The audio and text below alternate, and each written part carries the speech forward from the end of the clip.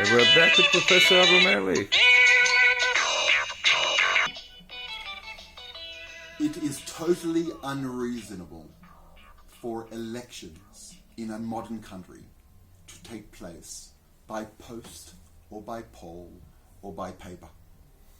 It's dirty. It's long. It requires a lot of logistics. It requires a lot of volunteers. It's a distraction from the administration of the country. It is a waste of money.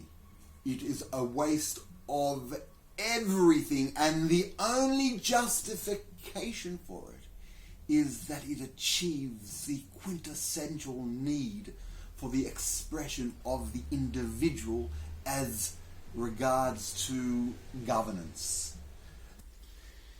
The digitalization of elections or of polling is just the tip of the iceberg to obviating and substituting governance with technology.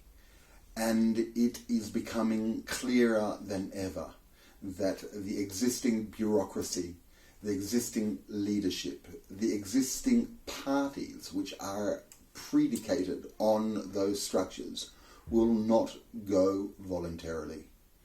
There will require at some stage a loud and resounding and definitive call from the majority of individuals. It would need to be a resounding call which would sound like a threat that if citizenry is not given their individual liberties, that there could be a rebellion.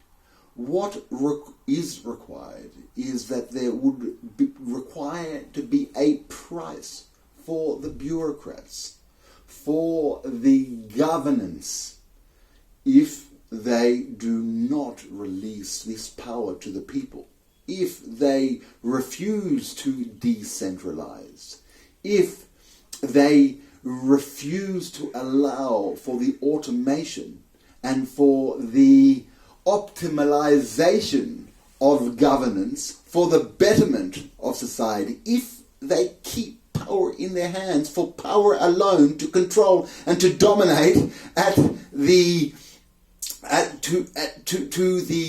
to the damage of citizenry, this could be perceived and should be perceived as a crime against society.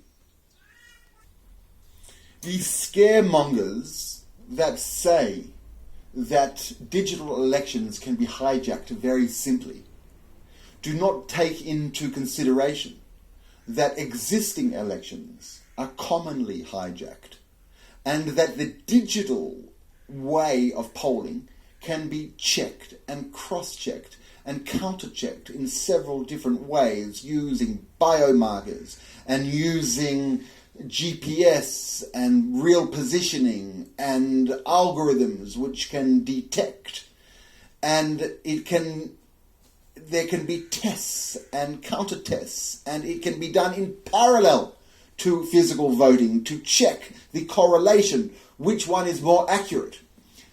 But the excuse that digital voting should not be used is an excuse.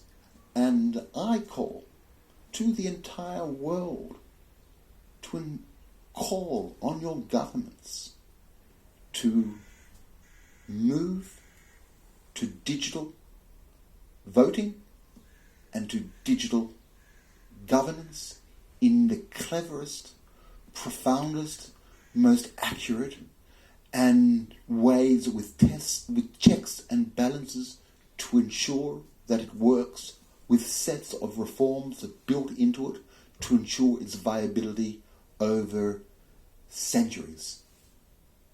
The time is coming nigh where there will be required to write a constitution, a important document that will guide the use of technology over the coming centuries.